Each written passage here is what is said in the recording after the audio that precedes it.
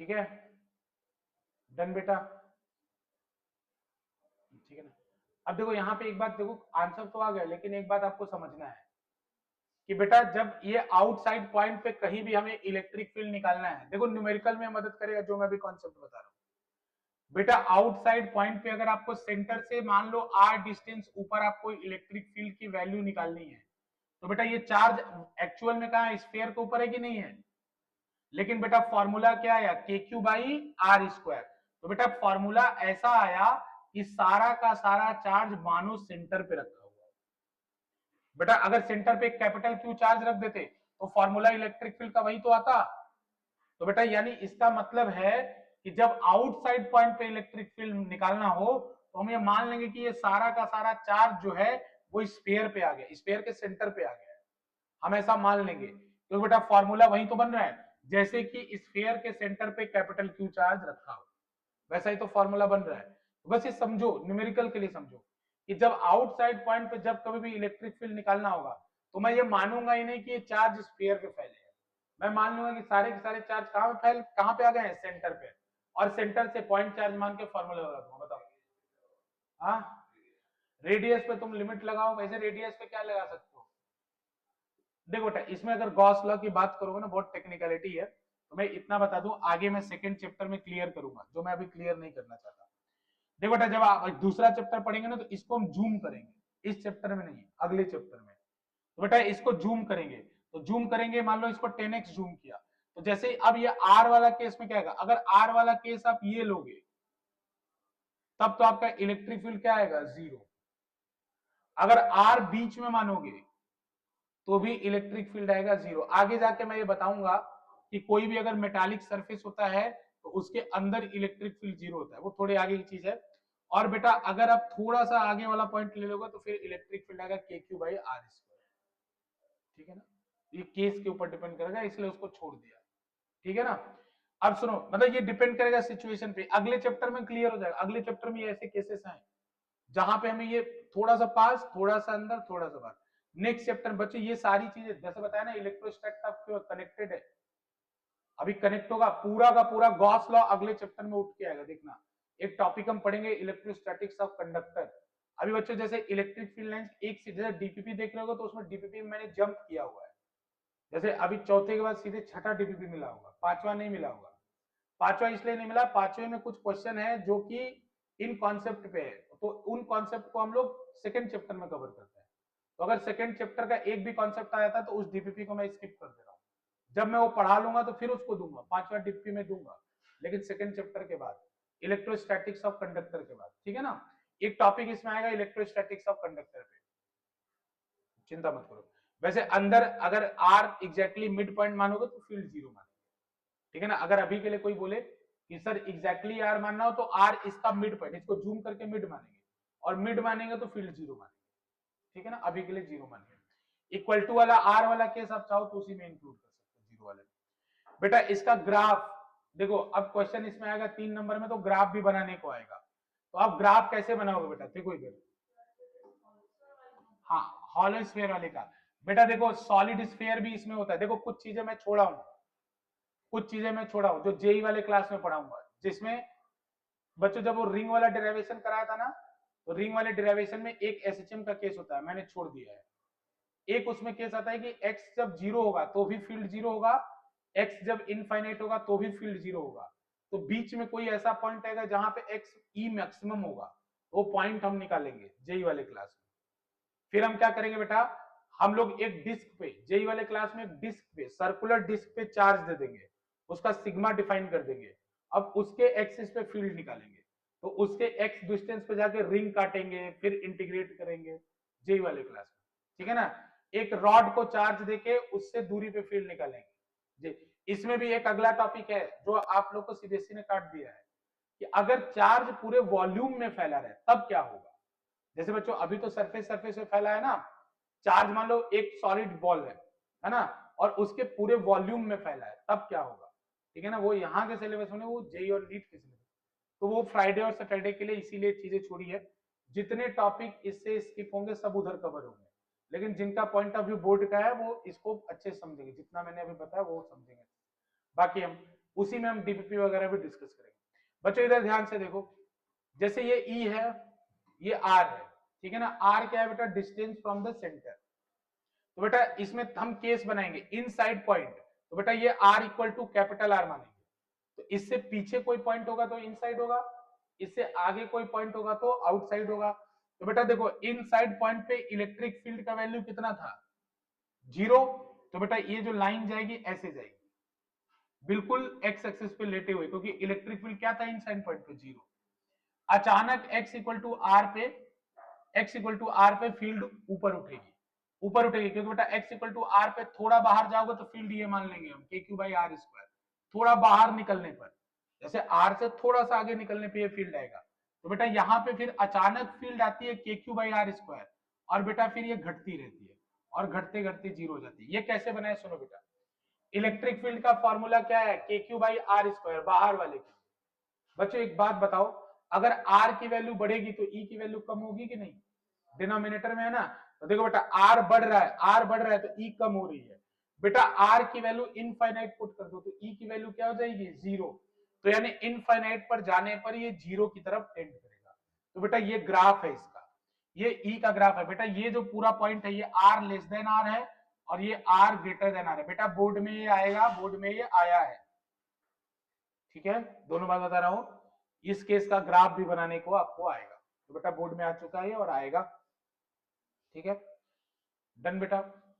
तो इसी के साथ हमारा जो पहला चैप्टर है इलेक्ट्रिक फील्ड एंड चार्ज वो समाप्त होता है सीबीएसई पॉइंट ऑफ व्यू से, ठीक है। बाकी जेई और नीट वाले हम देखते हैं कितना जा सकते हैं, कितना देर तक जाएगा, वो अलग बात है, ठीक है ना। लेकिन सीबीएसई पॉइंट ऑफ व्यू से खत्म हो चुका है, ठीक है। ये लास्ट टॉपिक था। ग्राफ बच्चों सब लोग याद रखेंगे, ग्राफ उसका भी आता है सॉलिड स्फीयर का, वो मैं आपको जेई वाली क्लास में या नीट वाली क्लास में बता दूंगा। छुट्टी नहीं है बेटा, पेन खोल लो कॉपी, ऐसे नहीं छुट्टी होती है जल्दी। बेटा डन लिख लिया, अभी तो असली खेल शुरू हुआ है, ये सब तो बेकार चीजें थी, ठीक है बेटा डन, सबने लिख लिया ना, बना लिया। आ जाओ अब कुछ न्यूमेरिकल प्रैक्टिस करते हैं हम लोग।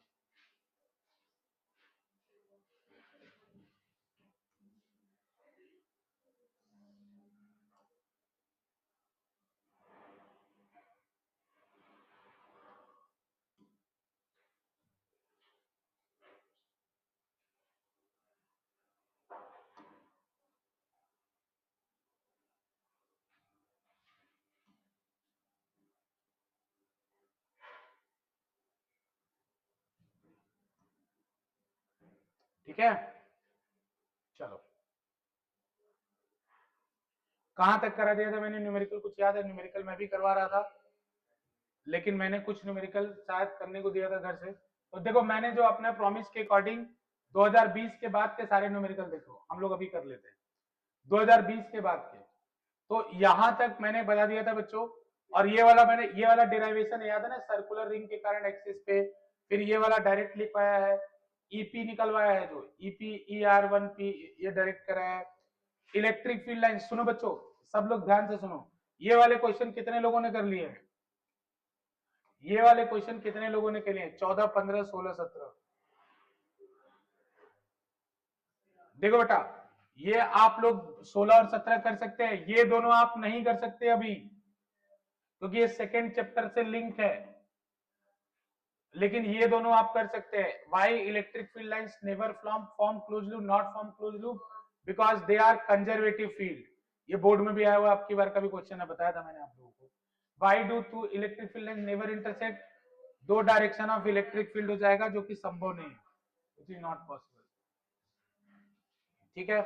बच्चों मैं जल्दी जल्दी देख ले रहा हूं और क्या रह गया। टू इलेक्ट्रिक फील्ड लाइंस, वही बात है बेटा। 19 नंबर क्वेश्चन भी आप नहीं कर सकते, जहां स्केच करने को बोले कंडक्टर के साथ आप नहीं कर सकते। 19, तो बेटा देखो 14, 15, 19 आप नहीं कर सकते, मैं साफ साफ बता दूं। क्या बेटा, बोलो बोलो। रिंग वाला डेरिवेशन है बेटा, और वो डेरिवेशन है K Q X upon R square plus X square to the power 3/2, K Q X upon R square plus X square to the power 3/2, वो डेरिवेशन है ना, वो वाला है, वो मैंने करा दिया है।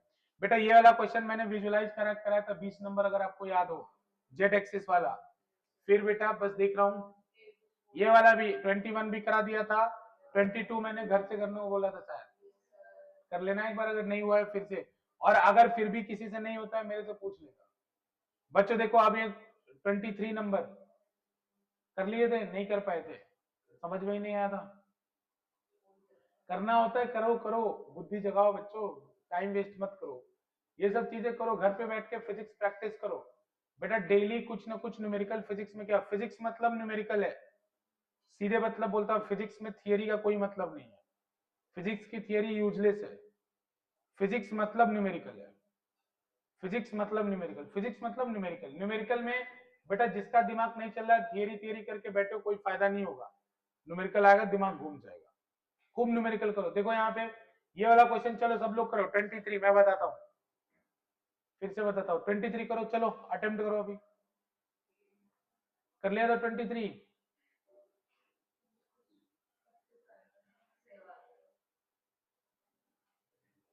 फटाफट कराऊंगा। वाईजेड प्लेन का क्लैरिटी है सबको, वाईजेड मैंने विजुअलाइज करना बता दिया सबको।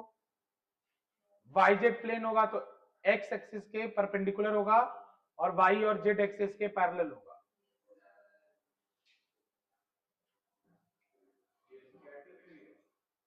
शायद हुआ बेटा, विजुअलाइज करना 23। अरे बेटा 23 देखो देखो, करो करो, कैसे होगा बताओ, एंगल कितना लोगे, इसलिए मैं कर रहा हूं, इसमें मुझे कुछ बात दिख रहा है, बिना कुछ बात दिखे तो मैं जाता ही नहीं इसकी तरफ, कुछ तो बात है इसके अंदर। क्यों?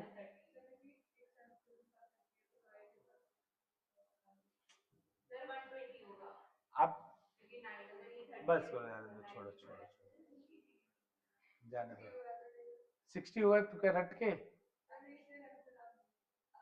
आंसर देख के देखो, क्वेश्चन सीधे सीधे समझो बेटा, अगेन विजुअलाइज, अरे ये देखो विजुअलाइज में जैसे ये एक्स एक्सिस है, ये एक्स एक्सिस है, ये वाई एक्सिस है बेटा, ये ऊपर बाहर की तरफ जेड एक्सिस होगा, अरे बाहर जेड एक्सिस होगा ना, तो बच्चों देखो वाई जेड प्लेन कौन सा होगा, ये वाला होगा, अरे वाई जेड प्लेन ये वाला होगा ना बेटा, वाई एक्सिस इधर है, जेड एक्सिस बाहर है, तो वाई जेड प्लेन ये वाला होगा, ये वाला वाई जेड है, होगा ना। तो बेटा वाई जेड प्लेन है, और इलेक्ट्रिक फील्ड किधर की तरफ है, एक्स की तरफ, तो बेटा इलेक्ट्रिक फील्ड इधर जा रही है, और प्लेन ऐसे है। अब ये जो प्लेन है, ये प्लेन जैसे मेरा हाथ है बेटा, ये सीधा ना होके एक्स एक्सिस से 30 डिग्री एंगल बना रहा है, ये प्लेन ऐसे है बेटा, ऐसे भी तो प्लेन ऐसे हो सकता है ना, एक्स एक्सिस से प्लेन कितना एंगल बनाता है, 90, लेकिन अभी ये प्लेन ऐसे हो गया, ऐसे होने की वजह से तिरछा हो गया बेटा, तिरछा होने की वजह से,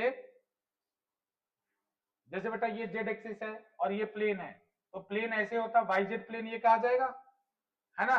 तो बेटा अभी ये Y Z plane X axis के साथ एंगल कितना बनाता है, 90, लेकिन इस क्वेश्चन ने बोला है कि ये जो प्लेन है वो एक्स एक्सिस के साथ एंगल कैसे बना रहा है, 30 डिग्री बना रहा है बेटा, 30 डिग्री एंगल बना रहा है ना। तो यहां ध्यान से सुनो बेटा, इलेक्ट्रिक फील्ड किधर की तरफ है, देखो मुझे फ्लक्स निकालना है ना, क्या निकालना है, फ्लक्स निकालना है।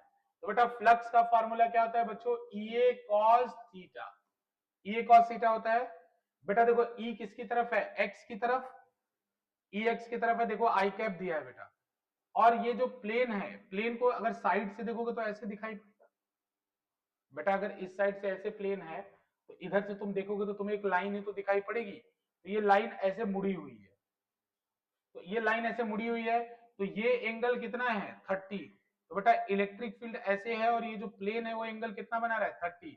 लेकिन बच्चों क्या मुझे एंगल इलेक्ट्रिक फील्ड और प्लेन के बीच में चाहिए होता है, नहीं, मुझे एंगल इलेक्ट्रिक फील्ड और एरिया वेक्टर के बीच में चाहिए होता है। तो बेटा अगर ये एंगल 30 है तो इसका एरिया वेक्टर इससे 90 डिग्री पे जाएगा प्लेन से, तो बेटा ये ए है, ए वेक्टर है, तो बेटा ये एंगल 30 है, ये टोटल एंगल 90 है, टोटल एंगल इस प्लेन के बीच में और एरिया वेक्टर के बीच में कितना होता है बेटा, 90, तो बेटा ये वाला एंगल कितना होगा, 60। तो बताओ इलेक्ट्रिक फील्ड और ए वेक्टर के बीच में एंगल कितना है, 60, समझ में आया ना। तो बस इस क्वेश्चन में यही ट्रिक था कि EA cos 60, बस कुछ नहीं था। समझ में आया बेटा? देखो अब ध्यान से समझना, प्लेन अगर एंगल बना रहा है 30 तो एरिया वेक्टर एंगल कितना बनेगा 60। लेकिन बेटा अगर एरिया वेक्टर डायरेक्ट दे दे तब तो ठीक है, जैसे बोलता कि area vector is making angle 30 degree, तब तो मुझे टेंशन ही नहीं था। लेकिन अब इसका सोल्यूशन देखोगे, सोल्यूशन गलत है इस बुक में भी, लेकिन मैं 100% कॉन्फिडेंस के साथ बता रहा हूँ सोल्यूशन ये है। इस बुक में 30 पड़ा हुआ है, इसका सॉल्यूशन नीचे देखोगे 30 पड़ा हुआ है इस बुक में। ठीक है, समझ में आ रहा है बच्चों? लेकिन फिजिक्स में अपने आप भले इतना कॉन्फिडेंस होना चाहिए कि सॉल्यूशन को गलत कह सको, ठीक है ना? ऐसा नहीं कि बस सॉल्यूशन देख लिया बस अपना आंसर चेंज कर दिए। तुम आंसर अपना चेंज मत करो, हो सकता है सॉल्यूशन ही गलत हो। ऐसा हो चुका है। अभी सीबीएसई ने एक 180 क्वेश्चन का कॉम्पिटिटिव बेस्ड क्वेश्चन निकाला था, अभी एक बच्चा भी कर रहा था, उसमें उसने क्वेश्चन आंसर लिखा, उसने बोला कि क्वेश्चन ही गलत है क्योंकि उसको आता नहीं था। बाद में क्वेश्चन गलत था वास्तव में। इतना कॉन्फिडेंस होना चाहिए इंसान के अंदर कि जो मैं कर रहा हूं सही कर रहा हूं, भले ही फेक कॉन्फिडेंस हो चलेगा। अरे फेक कॉन्फिडेंस भी चलेगा कि जो मैं कर रहा हूं सही कर रहा हूं, समझ में आया ना? फेक कॉन्फिडेंस करोगे तो fake it till you make it, but don't fake if you can't make, ये भी बात याद रखना। लेकिन अगर तुम कर नहीं सकते तो वो मत अरे कर दो। अब आ जाओ डाइपोल पे, बच्चों डाइपोल पे आ जाओ। ए ध्यान से सुनो बेटा, सुनो, ये क्वेश्चन किसने किया है? 24 किसने किया है? किसी ने किया है? तुम लोग सारा क्वेश्चन टेप रहे हो ना पीछे से, तो किसी ने क्वेश्चन मुझसे पूछा क्यों नहीं? बेटा 24 ये तो सेकेंड चैप्टर का है। अरे ये सेकेंड चैप्टर का है, तुमने किया कैसे? पोटेंशियल एनर्जी डाइपोल का हमने पढ़ाई कहा है आपको अभी?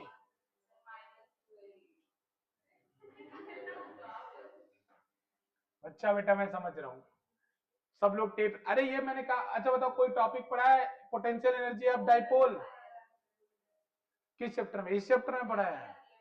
हाँ अगले चैप्टर में है ये टॉपिक। अरे छोड़ो। तो 25 क्वेश्चन नंबर, इसका आंसर पीयू बता दो फटाफट मुझे, फटाफट बता दो। ये नोटबुक में लिखा हुआ है, लिखा हुआ है, लिखा हुआ है, ये नोटबुक में लिखा हुआ है, मैंने पॉइंट लिखवाया है। 90 डिग्री। बेटा टॉर्क मैक्सिमम कब होता है? जब डाइपोल मोमेंट और इलेक्ट्रिक फील्ड के एंगल बीच कितना हो 90। मिनिमम कब होता है? और 180 डिग्री, 0 और 180 डिग्री। कोसाइन 0 होता है 180 डिग्री। और इसका फॉर्मूला बताना अंशिका, टॉर्क का। पी साइन, हाँ आर एफ साइन थीटा भी होता है, लेकिन पी साइन थीटा नहीं।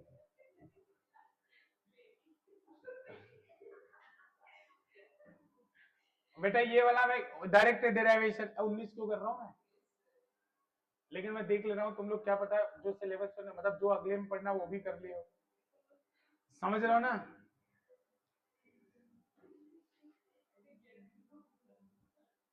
बेटा अच्छा ये वाला क्वेश्चन बता दो, ठीक है ना? ये वाला क्वेश्चन देख लेना एक बार। 28 करके आना, मैं बताऊंगा। 29 28 करके आना, लिख लो 28। इसमें ग्राफ बना के आना, देखें ग्राफ कितने लोग बना पाते हैं। एक ग्राफ होता है डाइपोल का, खतरनाक वाला ग्राफ होता है, मैं बता दूंगा, बताऊं?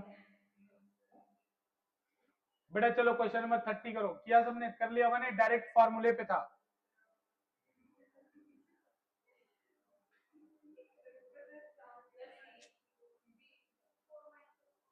कर लिया ना? वेरी गुड बेटा। बेटा देखो टॉर्क दे रखा है, ऐ सुनो इधर ध्यान से। बेटा ये टॉर्क दे रखा है, टॉर्क कहां दे रखा है? ये टॉर्क है बेटा, ई दे रखा है इलेक्ट्रिक फील्ड लेंथ। अब उसके बाद क्या करोगे? एंगल दे रखा है 30 डिग्री, तो बेटा टाउ इज इक्वल टू कितना होता है? P sine theta. तो बेटा टाउ गिवन है, ई गिवन है, साइन थीटा गिवन है, पी निकल जाएगा, पी निकल जाएगा। फिर बेटा P इज इक्वल टू कितना होता है? Q into L. देखो एल गिवन है, तो क्यू निकल जाएगा ना, ठीक है ना बेटा। एल को आपको किस में रखना है, मीटर में। एल सेंटीमीटर में गिवन है ना बेटा, आपको किस में रखना है, मीटर में। बेटा ये सब कर लेना प्रैक्टिस, में टेस्ट लूंगा फ्राइडे आपकी बार, इस सैटरडे को फिजिक्स का टेस्ट है। नहीं, केमिस्ट्री फिजिक्स दोनों का होगा। अरे तो डिस्कशन भी होगा, क्लास भी होगी, टेस्ट भी होगा। अरे तुम लोग फिजिक्स से जितना भागोगे ना बेटा, इतना बोर्ड में परेशान करेगा। नहीं नहीं, सैटरडे को बच्चों ठीक है ना, कर लेना ये क्वेश्चन बताओ, ये क्वेश्चन का आंसर कौन सा, आर्यन बताना। 31 आर्यन बताएगा, सब लोग सोच सकते हो तो सोच लो।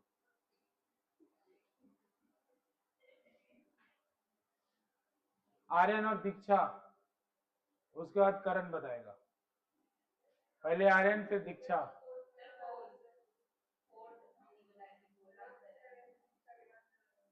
क्या फोर्थ क्या बताओगे इसमें, बेटा ये एमसीक्यू है, एक ही करेक्ट होगा, तुम फोर्थ कैसे हो? अच्छा फोर्थ चांस, हाँ पलट लो बेटा, पलट लो।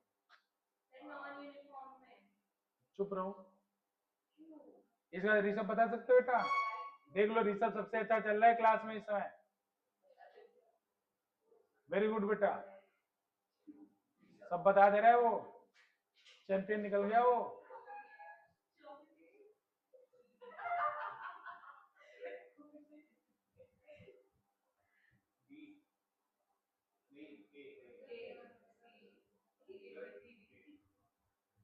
चलो बेटा दीक्षा आप बताओ।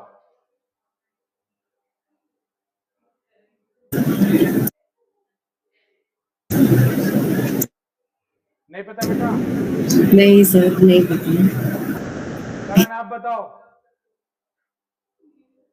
Yes sir. करण बताओ, आंसर तो बताओ। सर सोच रहा हूँ सर। सोच रहे हो, ऋषभ बताओ।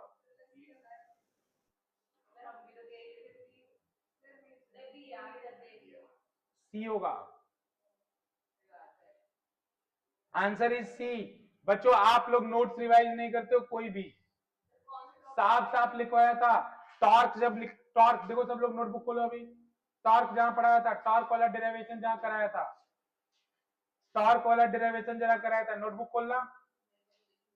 अरे टॉर्क वाला, उसमें लिखवाया था कि यूनिफॉर्म इलेक्ट्रिक फील्ड में एफ नेट क्या होता है बेटा, डाइपोल के ऊपर F net uniform electric field में क्या होता है, 0 लिखवाया था ना।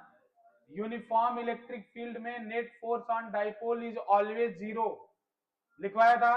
फिर बेटा टॉर्क होता है, टाउनेट का फॉर्मूला होता है, क्या होता है, पी साइन थीटा। बेटा अगर नॉन यूनिफॉर्म इलेक्ट्रिक फील्ड हो, सुनो एक बात, यूनिफॉर्म इलेक्ट्रिक फील्ड में फोर्स नहीं लगता है, टॉर्क लगता है। फोर्स कभी नहीं लगता है जब यहाँ पे क्या लिखा हो, यूनिफॉर्म, तो फोर्स लगता ही नहीं है, केवल टॉर्क लगता है, उसका ये फॉर्मूला है। और टॉर्क भी दो केस में 0 हो जाता है, थीटा 0 और थीटा 180 हो। तो बेटा यानी अगर यूनिफॉर्म इलेक्ट्रिक फील्ड है तो हमेशा एफ नेट क्या होता है, 0। लेकिन बेटा नॉन यूनिफॉर्म इलेक्ट्रिक फील्ड है तो एफ नेट भी 0 नहीं होगा। तो बेटा टॉर्क तो हमेशा 0 होता ही नहीं है, जहां एफ नेट भी 0 नहीं होगा। तो ऑलवेज एक्सपीरियंस है फोर्स एंड टॉर्क। बेटा उसको फोर्स भी एक्सपीरियंस होगा और टॉर्क भी एक्सपीरियंस होगा। बच्चों फिर से समझा रहा हूं, फोर्स क्यों 0 होता था, क्योंकि इसके ऊपर क्यूई फोर्स आगे लगता था और इसके ऊपर क्यूई फोर्स पीछे लगता था। तो बेटा अब दोनों जगह इलेक्ट्रिक फील्ड की वैल्यू सेम थी, तो ये दोनों फोर्स एक दूसरे को कैंसिल कर रहे थे। बेटा अगर नॉन यूनिफॉर्म होगा, यहाँ इलेक्ट्रिक फील्ड ज्यादा हो, यहाँ इलेक्ट्रिक फील्ड कम हो, तो बताओ फोर्स कभी 0 आएगा, नहीं आएगा। बेटा 0 तो तब आता है ना जब दोनों तरफ फोर्स का स्ट्रेंथ क्या था, इक्वल। समझ में आया ना बेटा, ऑलवेज एक्सपीरियंस है टॉप, समझ के टॉपिक को समझ के।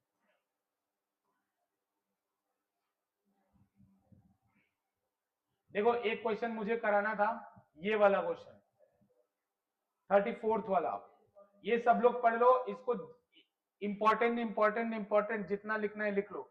डीपीपी में भी एक क्वेश्चन है इसका, अभी डीपीपी दिखाना मुझे, आज वाला डीपीपी दिखाना। आज वाले डीपीपी में बेटा क्वेश्चन नंबर 6 भी वही है, आज के डीपीपी में क्वेश्चन नंबर 6 भी वही है। अरे नहीं कर पाओगे, इधर देख लो बेटा, आज के क्वेश्चन में क्वेश्चन के डीपी में यही क्वेश्चन। ठीक है, ध्यान से देखो इधर, क्वेश्चन पढ़ लो, एक बार पढ़ लो सब लोग क्वेश्चन, टाइम ले लो, क्वेश्चन पढ़ लो, अच्छा कॉन्सेप्ट है बच्चों, सीख लो, बड़ा करो।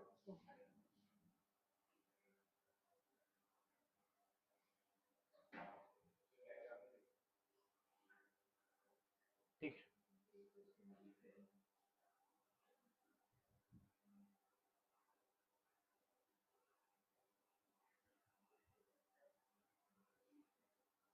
पीयू पढ़ो बेटा, पढ़ो सीरियस।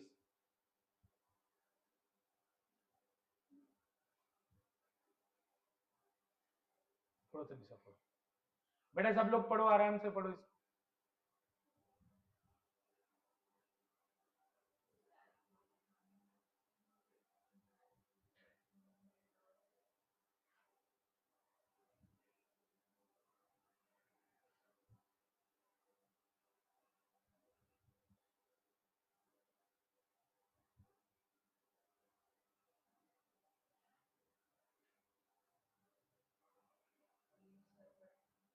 पढ़ लिया, फिर से पढ़ो,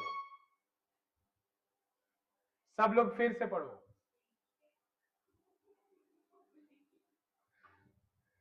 फिर से पढ़ो सब लोग। बेटा जब कोई क्वेश्चन नहीं आया ना, फिजिक्स में रूल बनाओ, कोई क्वेश्चन ना आए तो फिजिक्स में रूल 2 बार पढ़ने का।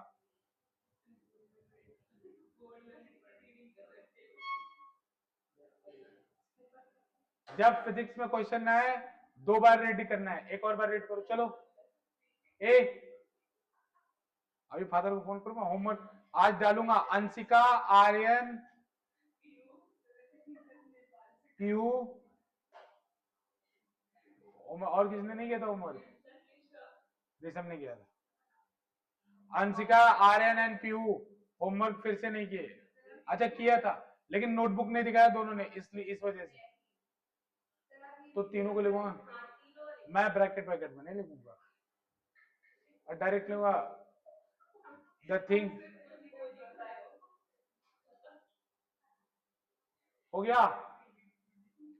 सैटरडे को टेस्ट होगा इलेक्ट्रोस्टैट का, 100% श्योर, कोई इफ बट नहीं, सब लोग पढ़ लेना है, तुम्हारा बैकलॉग क्लास। बेटा पढ़ लिया सबने? पढ़ लिया? दोबारा भी पढ़ लिया सबने? बेटा फिजिक्स में 2 बार पढ़ा करो अगर कोई चीज नहीं समझ में आती है। अब इधर ध्यान से सुनो बेटा, क्वेश्चन का 2 पार्ट है। पहला पार्ट बोल रहा है कि dipole arrangement, net dipole moment निकालो, या इस अरेंजमेंट का टोटल डाइपोल निकालो। तो बच्चों देखो, पहले तो आपको 2 डाइपोल यहाँ पे दिखना चाहिए। यहाँ पे 2 डाइपोल आपको दिख रहा है बेटा? एक डाइपोल है ये वाला, एक डाइपोल है बेटा माइनस से प्लस। देखो ध्यान से, 2 डाइपोल है यहाँ। अच्छा, डाइपोल का डायरेक्शन क्या होता है? Negative to positive. तो बेटा एक डाइपोल ये वाला है, एक डाइपोल ये वाला है, देखो नेगेटिव टू पॉजिटिव। एक पी वेक्टर ये है ना? एक पी वेक्टर और कहाँ है बेटा? ये नेगेटिव है, ये पॉजिटिव है। एक पी वेक्टर ये है, दिख रहा है आपको बेटा? 2 पी वेक्टर है, और दोनों वेक्टर को मैंने पी ही क्यों बोला? क्योंकि दोनों इक्वल है। कैसे पता? देख लो, दोनों का लेंथ सेम है और दोनों का जो चार्ज है वो सेम है। बेटा ये अलग अलग भी हो सकता है, लेकिन अभी सेम है, तो दोनों वेक्टर कौन सा है? पी। तो देखो बेटा, सिंपल ये वेक्टर का क्वेश्चन है कि बेटा 2 वेक्टर हैं, जैसे इसको टेल मिलाओ इनका, इसको ऊपर करो, इसको ऊपर शिफ्ट करो। बेटा इसको ऊपर शिफ्ट करोगे तो ऐसे हो जाएगा पी वेक्टर, और इस वाले को आगे शिफ्ट करो तो इसका पी वेक्टर ऐसे हो जाएगा। 2 पी वेक्टर है बेटा, इसको आगे शिफ्ट करो, इसको ऊपर, तो टेल मिलाना चाहिए ना बेटा। टेल मिलने के बाद ही हम पैरेललोग्राम लॉ लगा सकते हैं। तो इन दोनों के बीच में एंगल कितना डिग्री है बेटा? 120 डिग्री। बेटा ये वाला एंगल इन दोनों के बीच में कितना है? 120 डिग्री। अब बेटा 120 डिग्री है, तो आप रिजल्टेंट निकाल सकते हो। कैसे निकालोगे? R is equals to under root of a square plus b square plus 2ab cos theta. तो बेटा a की वैल्यू भी कितनी है यहाँ पे? p square plus p square plus 2p square cos 120। बेटा निकाल के देख लेना है, -1/2 आएगा। और इसको सॉल्व करोगे तो आंसर जो आएगा बेटा वो आंसर आएगा P, केवल P आएगा, 3P क्यों आएगा बेटा, ये -1/2 होता है, 2 से 2 कैंसिल हो जाएगा, -P² बचेगा ना, तो -P² प्लस P² कैंसिल, एक P² बचेगा। समझ में आया ना बेटा, करके देख लेना अगर दिक्कत हो तो इसका रिजल्टेंट, इन दोनों का रिजल्टेंट वेक्टर बेटा आप सॉल्व करोगे तो P ही आएगा। और बेटा जब दो वेक्टर इक्वल होते हैं तो रिजल्टेंट हमेशा बीच से जाता है, तो बेटा ये वाला एंगल भी 60 होगा और ये वाला एंगल भी कितना होगा 60। बात समझ में आ रहा है? तो फर्स्ट पार्ट का आंसर तो हो गया, P आएगा। P का मतलब कितना, इनके बीच में डिस्टेंस दिया है Q इंटू डिस्टेंस दिया है क्या, P दे रखा है, तो बेटा इनका इसका आंसर P ही रहेगा, क्योंकि P के टर्म में दे रखा है तो P ही रहेगा। ठीक, इधर ध्यान से सुनो, क्वेश्चन अभी पूरा नहीं है बेटा, तुम्हें नहीं समझ आंसर का, फिर से सॉल्व करो बेटा।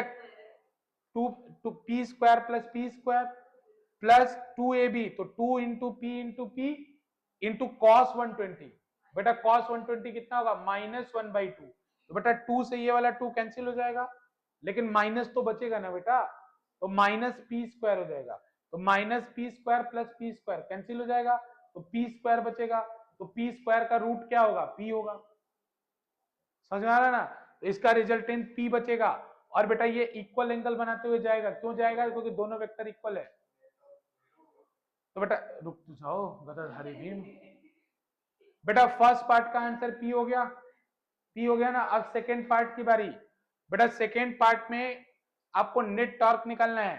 बेटा नेट टॉर्क का फॉर्मूला क्या होता है, P sin थीटा होता है ना, तो बेटा P की वैल्यू नेट तो P ही हो गए, बेटा नेट डाइपोल मोमेंट कितना है P, तो जो ये नेट डाइपोल मोमेंट है इस डायग्राम में देखो ऐसे जाएगा ना, अरे इस डायग्राम में नेट डाइपोल मोमेंट दोनों के बीच से जाएगा ना ऐसे, अरे बेटा समझ रहे हो कि नहीं समझ रहे हो, तो बेटा ये वाला एंगल कितना होगा 60, लेकिन हमें एंगल किसके साथ चाहिए, E के साथ, तो बेटा E क्या है ये वाला एंगल कितना होगा 30, तो बेटा यहाँ P sin 30 कितना होता है 1/2 P/2, डायरेक्शन कितना आएगा P/2, अब सॉरी मैग्नीट्यूड कितना आएगा P/2। बच्चों डायरेक्शन निकालने के लिए क्रॉस प्रोडक्ट निकालते हैं, क्रॉस प्रोडक्ट, अब ये कितने लोगों को आता है क्रॉस प्रोडक्ट, नहीं आता है। देखो बेसिक मैथ की क्लास चलाऊंगा, बेसिक में अभी थोड़ा सा जैसे बच्चों थोड़ा टाइम स्लॉट जो मैथ्स और बायो की क्लास चलती है उसमें जब मैं फ्री रहता हूँ तो मैं बेसिक मैथ चलाने की कोशिश करूंगा। मैं देख रहा हूँ टाइम टेबल में अपनी जगह देख रहा हूँ, तो बेसिक मैथ भी बहुत जरूरी है क्योंकि बहुत बच्चों को नहीं आती है। डिफरेंशिएशन, इंटीग्रेशन, ट्रिग्नोमेट्री, लॉग और लॉग के बाद एक्सपोनेंट, ठीक है ना, ये सब चीजें मैं बता दूंगा, ठीक है ना बच्चों, ठीक है। अब देखो डायरेक्शन कैसे निकलता है, तो इधर देख लो, क्वेश्चन आ गया तो देख ही लो बेटा। अगर ए और बी है, जैसे ये ए वेक्टर है ये बी वेक्टर है, तो बेटा ए क्रॉस बी का डायरेक्शन क्या होता है, ए क्रॉस बी का डायरेक्शन क्या होता है, ए क्रॉस बी का डायरेक्शन होता है ए के ऊपर दाहिना हाथ रखते हैं और बी की तरफ घुमाते हैं, ए की तरफ दाहिना हाथ रखते हैं या बी की तरफ घुमाते हैं। तो बेटा ए क्रॉस बी कैसे निकलेगा, तो ए क्रॉस बी करूंगा तो अंगूठा किधर आएगा बाहर, तो ए क्रॉस बी का डायरेक्शन किधर होगा आउटवर्ड, आउटवर्ड होगा ना बेटा। तो वैसे यहां देखो टॉर्क का डायरेक्शन क्या होता है P क्रॉस E, टॉर्क का डायरेक्शन क्या होता है P क्रॉस E, तो बेटा नेट वाला P किधर है इधर और E किधर है नीचे, तो P क्रॉस E करोगे तो अंदर की तरफ आएगा, तो बेटा अगर इधर प्लस जेड था तो अंदर किधर होगा माइनस जेड, तो इसका आंसर आएगा P/2 माइनस के कैप। अब जितने लोग को क्रॉस नहीं आता है घबराएंगे नहीं, मैं पढ़ा दूंगा तो ये आ जाएगा, ठीक है, चिंता मत करना क्रॉस का, ठीक है ना, डॉट और क्रॉस दो तरीके के प्रोडक्ट होते हैं, लेकिन मैग्नीट्यूड आपको पता होना चाहिए, ठीक है ना बच्चों, ठीक। तो ये वाला क्वेश्चन सुनो, क्वेश्चन नंबर 6 सब लोग को क्वेश्चन नंबर 6 करके ही आना है, ठीक है ना, कल फ्राइडे है, मेरी ही क्लास हो सकती है। क्वेश्चन नंबर 6 सुनो, मैं अलग ग्रुप बनाऊंगा, ठीक है ना, एकेडमिक्स वाले ग्रुप से इसको सेपरेट करूंगा, तो मैं ग्रुप में लिंक शेयर कर दूंगा, आप वो लिंक पे क्लिक करके उस पर चले जाना, जो भी लोग इंटरेस्टेड होगा उसमें चले जाना, ठीक है ना। अभिनव और रुद्र नहीं जाना है, एकेडमिक्स पढ़ना है, ठीक है बेटा, बेस स्ट्रांग हो जाएगा उसके बाद, ठीक है, बाकी उस पर स्विच हो जाना, ठीक है बाकी इसमें एकेडमिक्स की चीज करण भी समझ रहे हो ना?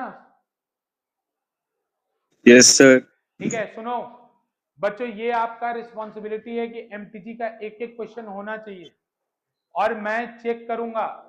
आज डेट कौन सी है? आज डेट क्या है? 9 है ना? आज से 10 है, आज 16 तारीख को चेक करूंगा, 16 को। 6 दिन का टाइम है, एमटीजी सारा निपटाओ, सारा निपटाओ A to Z। और बेटा निपटाने का मतलब ये नहीं कि आंसर से छाप लो, नहीं आता है पूछ लो, डिस्कस कर लो, लेकिन छापो मत। ठीक है बच्चों? ठीक है बच्चों, जाओ। ठीक है बेटा, जाइए आप लोग भी। Good evening sir. Good evening बेटा। श्रुति कुछ बोल रहे हो बेटा? चलो ठीक है बेटा, जाओ सब लोग।